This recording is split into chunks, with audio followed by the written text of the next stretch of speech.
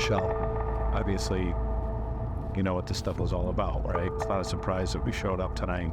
Almost overnight, she went from a possible witness to a person of interest in the case of a missing mom of 5 from New Canaan. We see state police, New Canaan police, searching downtown Hartford. So what's that about? Why is the scene moved to Hartford? You need to tell us what you know about Jennifer's murder and Fotis Dulos. The girlfriend in the middle of a bitter and brutal divorce battle. The stuff you were throwing out, we have. And it's all Jennifer. It belongs to Jennifer. Do you understand? Turned high-profile murder investigation. Guys, what happened to Jennifer, Michelle? You're gonna do the right thing, Michelle? We're taking you inside the trial of Michelle Troconis. And thanks for joining us once again for Inside the Trial of Michelle Troconis. I'm Shannon Miller. We're getting ready for another day of testimony in Stamford, and some of the most highly anticipated evidence is on tap for today. The jury is set to watch hours of interrogation videos between Michelle Troconis and lead investigators on the case. They are videos Michelle's attorney unsuccessfully tried to keep out of the trial. They were recorded just days apart in June of 2019 after Michelle's first arrest, and it's the only time we have heard from the defendant in her own words. And maybe the only time jurors will ever hear from Michelle Troconis if she chooses not to testify in her own defense. You will hear what's in some of those videos coming up. We're also taking you through some of the items seized from Fotis Dulos' properties and vehicles. That includes handwritten notes found at the Jefferson Crossing house, timelines written by Fotis Dulos and Michelle Troconis will explain their importance to the case. We also saw Fotis Dulos' wrecked Porsche Cayenne at a cluttered garage at a vacant home owned by the Ford Group. Investigators testified and showed the jury that the front seats of the Porsche were missing. That becomes significant as police continue their investigation. We'll explain coming up. And we heard about a luminol test done in Fotis Dulos' Chevy Suburban. And a photo shown to the jury, there is an area with a blue glow, which could indicate the presence of blood. We'll take you through that evidence as well.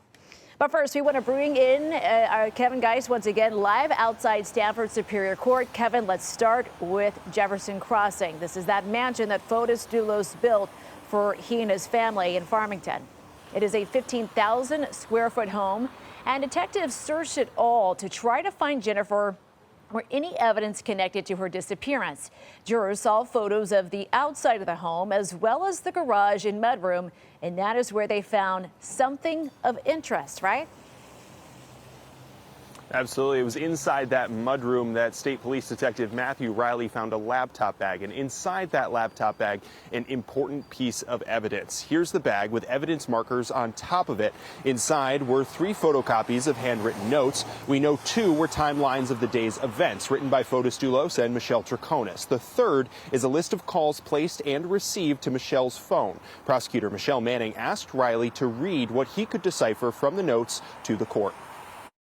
6:40, alarm, woke up and went to room, took shower with Fotis, black leggings, black Adidas, black sweater. So that was from Michelle Troconis' note, and that part at the top about showering with Fotis became very important. Investigators wanted to know where Fotis was the morning of Jennifer's disappearance. Michelle's note says he was with her, but her story later changed, eventually telling police she hadn't seen him that morning. Well, you're telling us tonight you did not see Fotis in the morning, correct? You wrote. This was like on Sunday. This was the weekend. This is like the weekend when we read the time. Right, so you're writing the timeline that you saw Fotis in the morning. You guys took a shower together. You guys had breakfast. And in this interview today, you haven't seen him. And what you just saw there is a portion of the interrogation videos that Michelle Troconis did with investigators that the jury will see today. We're expected to go through the first 2. One is 2 hours and 45 minutes long. The other is about 3 hours. We're expecting to hear from lead detective on the case, John Kimball, as well. Shannon. All right, Kevin, we'll talk more about those videos in just a moment. But I want to mention, again, those timelines that were commonly referred to by investigators in this case as alibi scripts. The defense insists that they were simply a timeline of events of what Fotis and Michelle were doing the day Jennifer disappeared. What they should be called was discussed before testimony started. The defense filed a motion in limine to prevent the quote, pejorative use of the term alibi script with respect to certain evidence that was found at 4 Jefferson Crossing on June 2nd, 2019, when the police officers executed the search warrant. You'll also recall, Judge, that this was the subject of a motion to suppress, so I know the court is very familiar with the facts.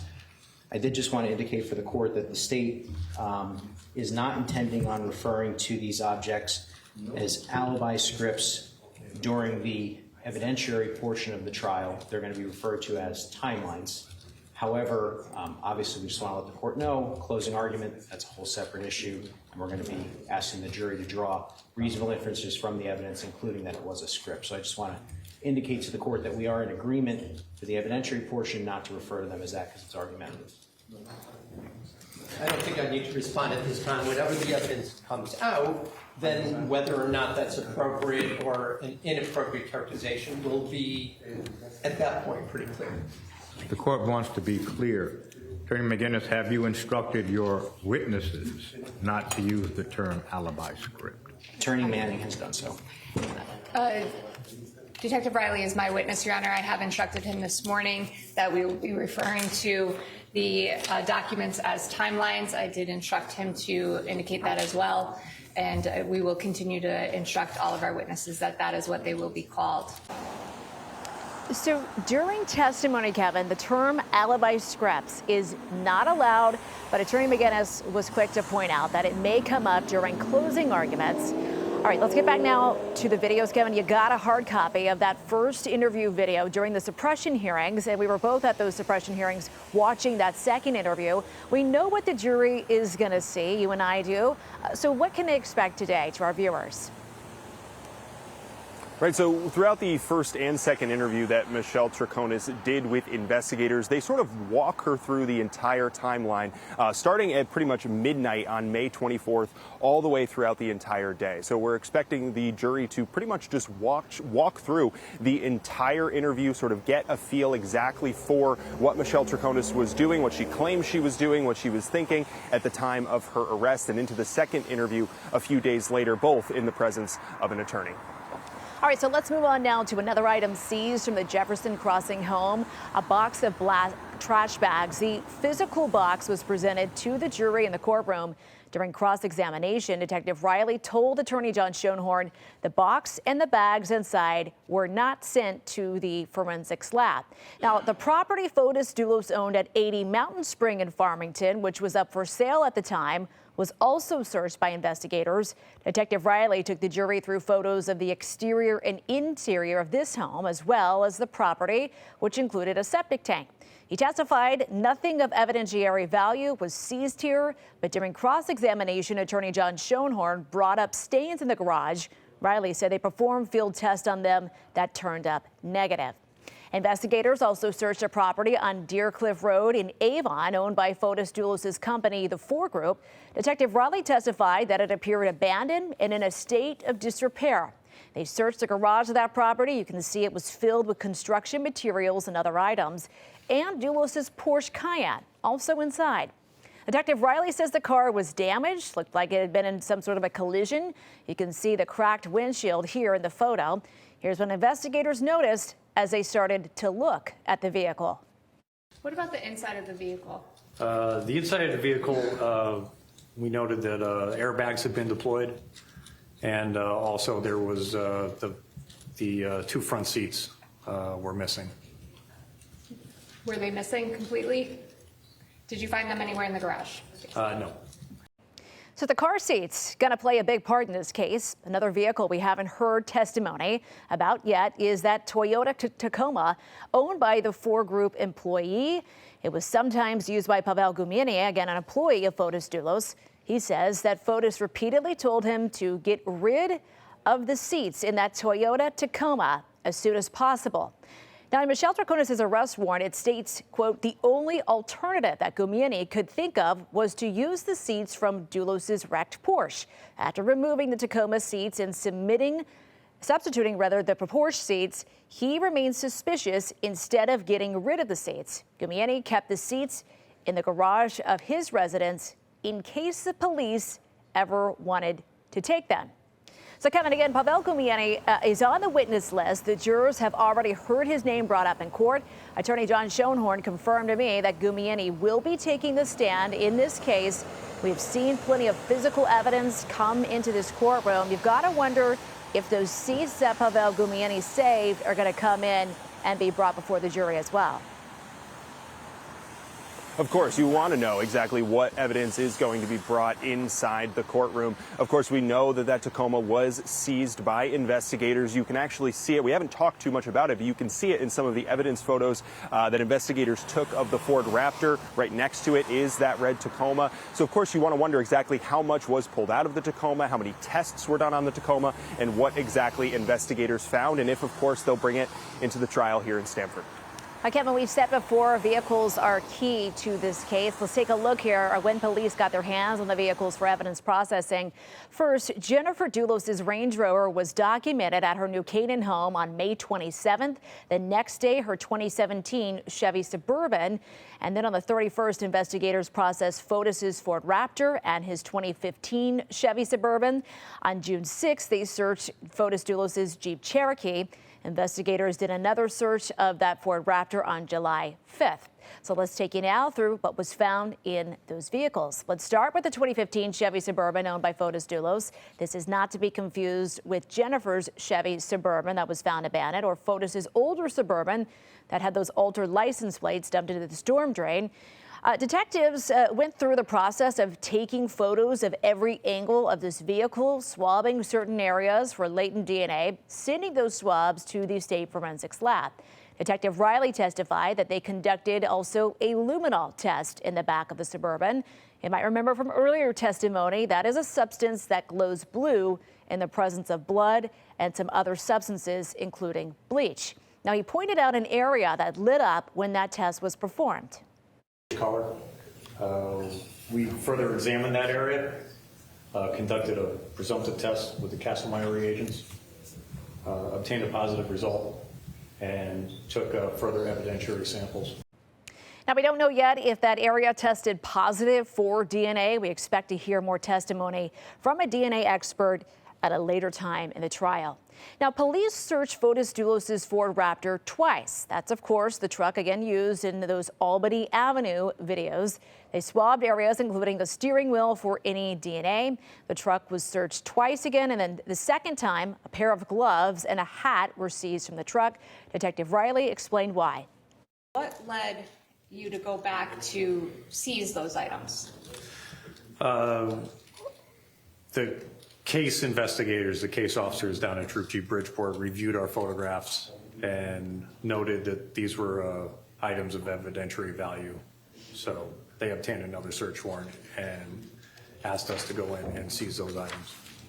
Well, then there was this white Jeep Cherokee, also owned by Fotis Dulos. Detectives processed that vehicle, taking photos and looked for any evidence.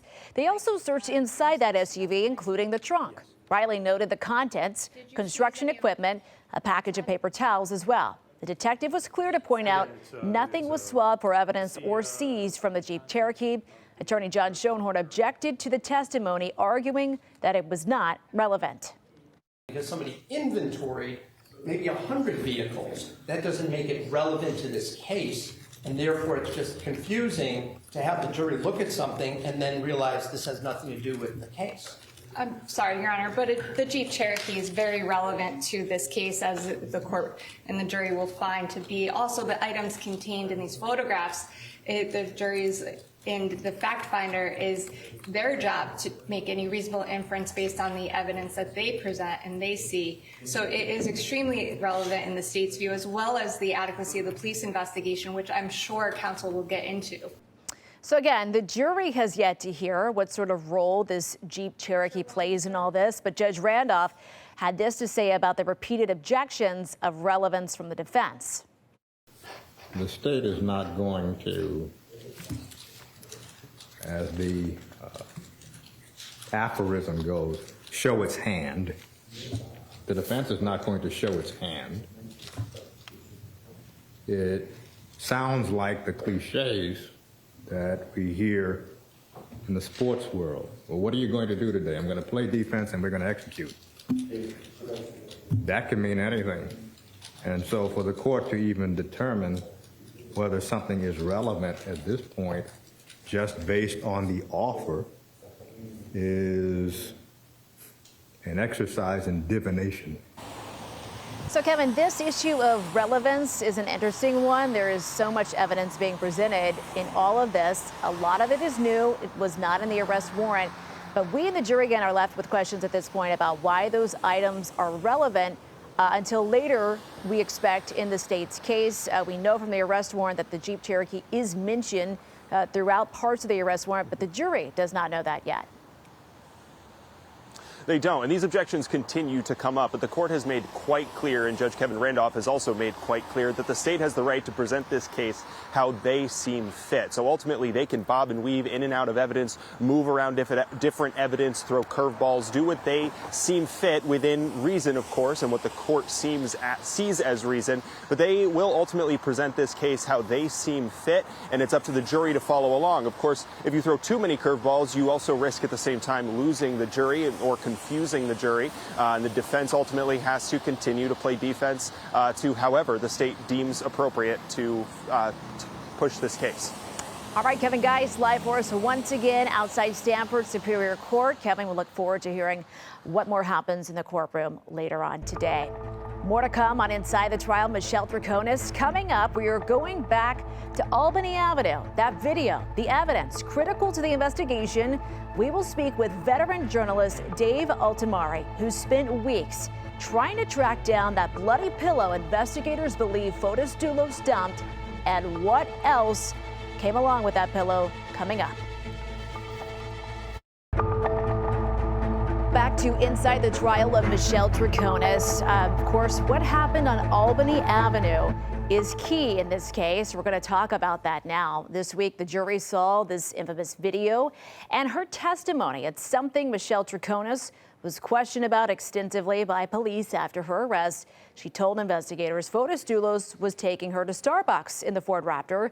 And when he went to the area, she claimed she had not been to the area before and described it as creepy. He stopped and we stopped. He throws something from the back, a bag, I don't know what. I wasn't really paying attention. And then, I mean, somehow we'd go around or we turn around. I'm like, why are we here? Like, it doesn't make, like... So it struck you strange that he was driving in that area? Yeah, like, I've never driven in that area at all. So you've never been over there? No. Okay. I mean, we've thrown garbage bags in other opportunities, but I've never been in that area. What, he only threw one garbage bag? He threw one garbage, and I think he had to move the car because the police or something was there. He threw the garbage bag into what?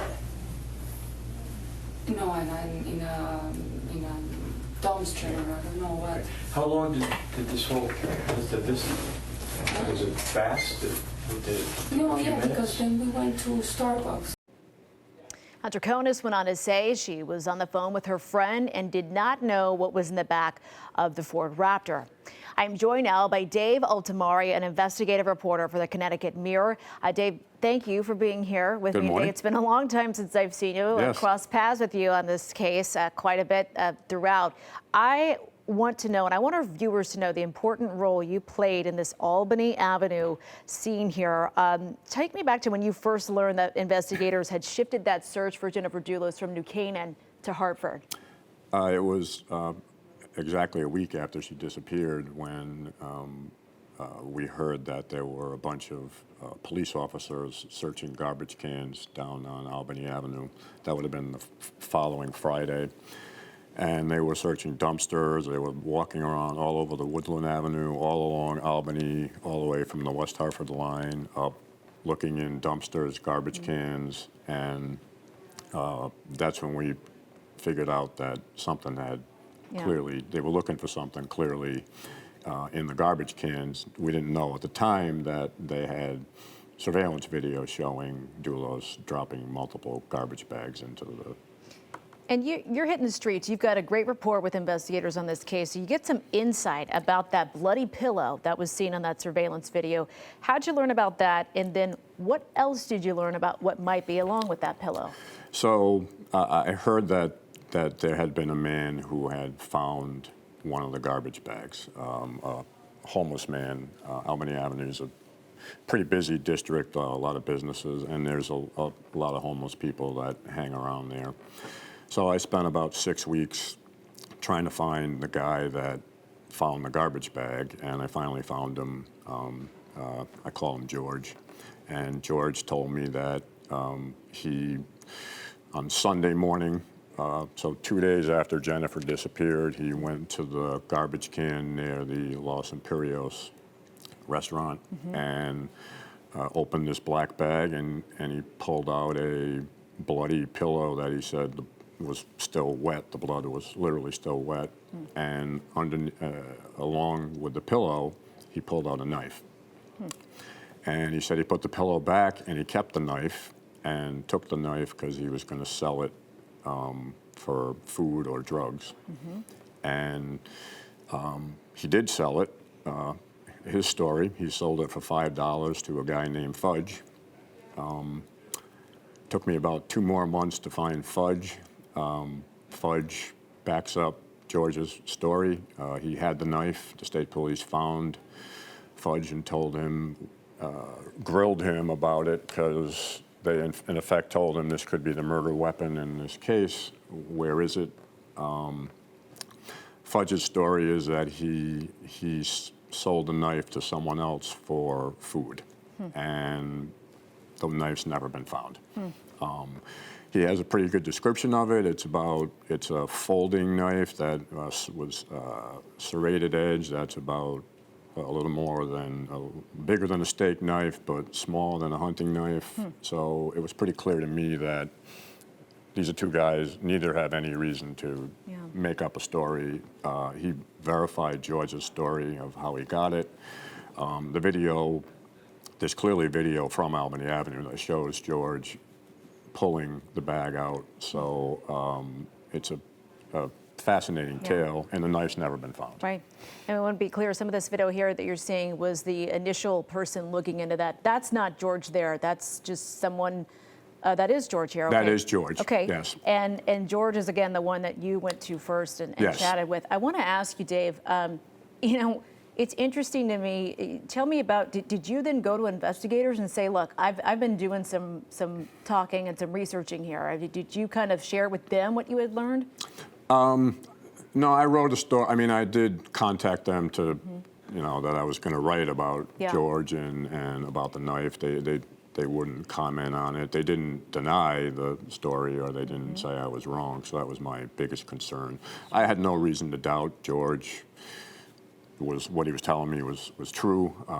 You know, people involved in the case had described the video, and the way he described what he did was exactly what they said was on the video. So I knew he was, and he's one of the few people in this case who has no reason to, you know, no reason to make up a story. So he clearly found the knife. I believe he sold it for drugs, whatever. He gave it to this guy Fudge, and that's the last we have seen of the knife. Where that knife is now, right? Right. That's a key, obviously a key piece, potentially a key piece of evidence. If they had found it, they would have done DNA testing on it to see if Jennifer's blood was on it. I mean, if this was a murder trial, it would be a bigger deal, but it's never been found. Incredible insight, Dave. We appreciate it. More ahead on Inside the Trial. Michelle Troconis will talk with Dave about his takeaways so far from the trial. Stay with us.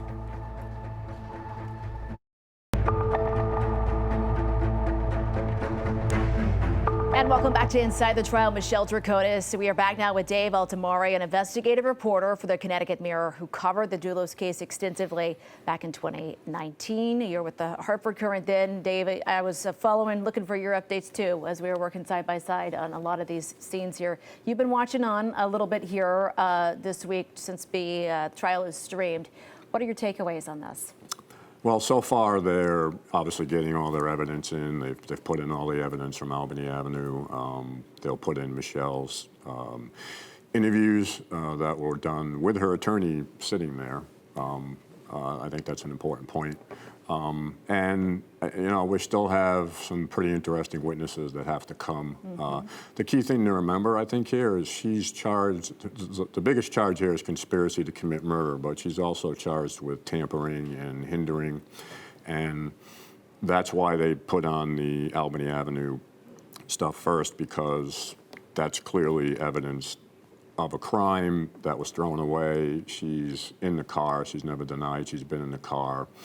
And she's going to have to, her attorney's going to have to deal with that at some point. Yeah, that's again, we keep coming back to the $1 million question, wanting to hear more of Michelle's talking about that moment. Dave, thank you. Appreciate your work, appreciate what you do. Good to see you again. Journalism community, good to see you. All right, that wraps up our exclusive Inside the Trial Michelle Troconis streaming special. You can watch the trial live on our streaming channels when court starts at 10 a.m. And we'll have live coverage on the NBC Connecticut News starting at 4. Be sure to join us weekdays at 9 a.m. for more in-depth analysis as the trial continues.